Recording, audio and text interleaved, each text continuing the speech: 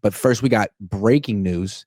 Kendrick Bourne signs with the 49ers 1 year, $5 million. That's Kyle Juszczyk money. I mean, this guy is a core member of the team, former core member of the Cabo Clique, right back in his spot, knows the system. We love him. What do you think of Kendrick Bourne coming back to the team?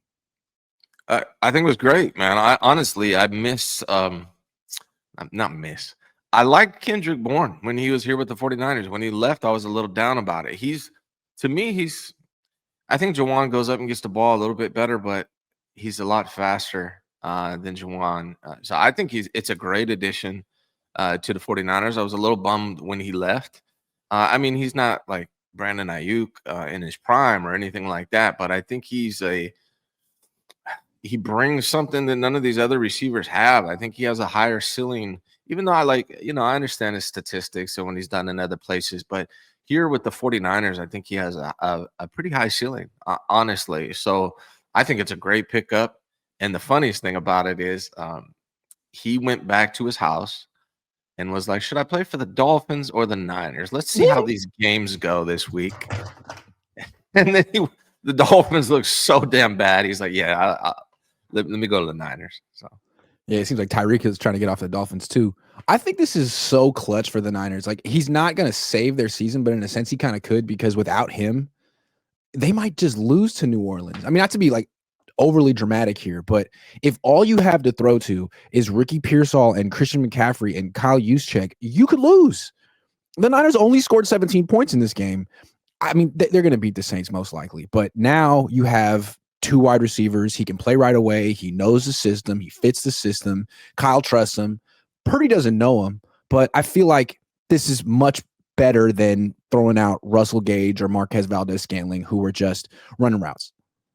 Yeah, Bourne, to me, he's a solid like wide receiver 2 ceiling, right? Like, he's not like a wide receiver 1, but I think his ceiling is wide receiver 2. I know he's been in the league a while, and you would think he reached his ceiling, but I think here in this system he's going to play his best. I think he played his best when he was here, and I think he can get back to that. I think he has a wide receiver 2 ceiling. I really do. So I think it's a great pickup, and it's needed, especially with Juwan Jennings going down.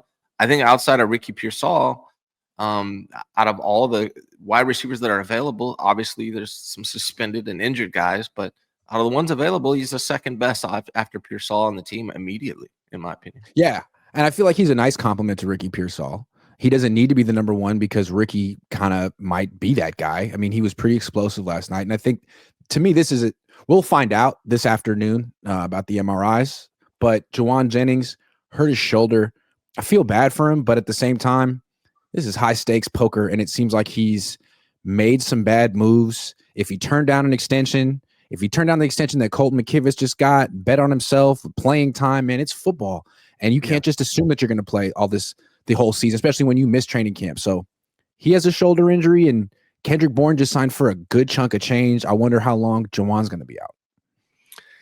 Yeah, the Juwan injury is concerning, but it is, I mean, it's great that they have Kendrick Bourne. What's interesting about this team, man, is they have some solid receivers. They're just all injured or unavailable. Like Watkins has some potential. Brandon Ayuk, we know what he can do when he's at his prime. We know what Juwan Jennings is when he's healthy.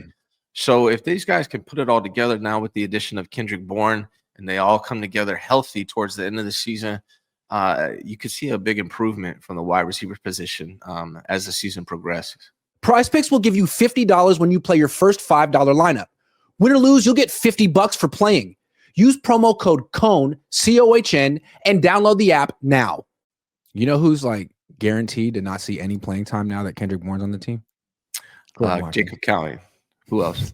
Jordan Watkins and Jacob Cowing. Yeah. Two young guys. Like, why would you even try to develop or to rush a rookie onto the field when you could just go back to the tried and true? Nothing against Kendrick Bourne, but it would be nice if Kyle Shanahan could do the things that Robert Saleh does with the young guys. I mean, he had those young guys playing last night. Like Michael Williams had never played a preseason game. Upton Stout played pretty well. Not great, but pretty well. But anyway, Kendrick Bourne, he's here. Juwan, he's hurt. And at some point this season, the Niners theoretically could have Ricky Pearsall, Kendrick Bourne, Demarcus Robinson, Jawan Jennings, Brandon Ayuk, Brandon Ayuk, and Jordan Watkins, and Jacob Allen.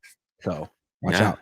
Yeah, I mean, honestly, it is a pretty deep wide receiver room if all those guys are healthy. You don't really have a true top-notch number one. Brandon Ayuk would be the best option there, but it's still a lot better than it is at this moment. So the good news is the schedule's pretty easy. If they could knock out some wins, get some guys healthy, they could. This offense, I would imagine, could improve as the season goes on. And while they may not have a true number one, I feel like if you have a bunch of number twos and one of the best receiving running backs in the league and a future Hall of Famer at tight end, you can make it work, especially if you have a good quarterback and a good play caller. We're going to find out about Kittle. I got a DM yesterday saying, got a buddy sitting 2 rows up from the tent, Kittle screaming in there. They ruled him out so fast. I'm curious to see what's up with Kittle. Yeah. Curious to see what's up. The hamstrings could be like what, 2 weeks on the good side and the season on the bad side. How long does a fully torn hamstring take to heal? I got some track athletes 3 to 6 months. So it's anywhere from like 2 to 3 weeks to 3 to 6 months. So 2 weeks to a season, basically. Yeah. Hopefully it's not a season, man. Obviously, hopefully it's on the shorter side of things. Absolutely. Dangerous Dave says, my guys, met you all now, best people on the internet. Shout out to Dangerous Dave. Shout out to him for giving me this really comfortable sweater.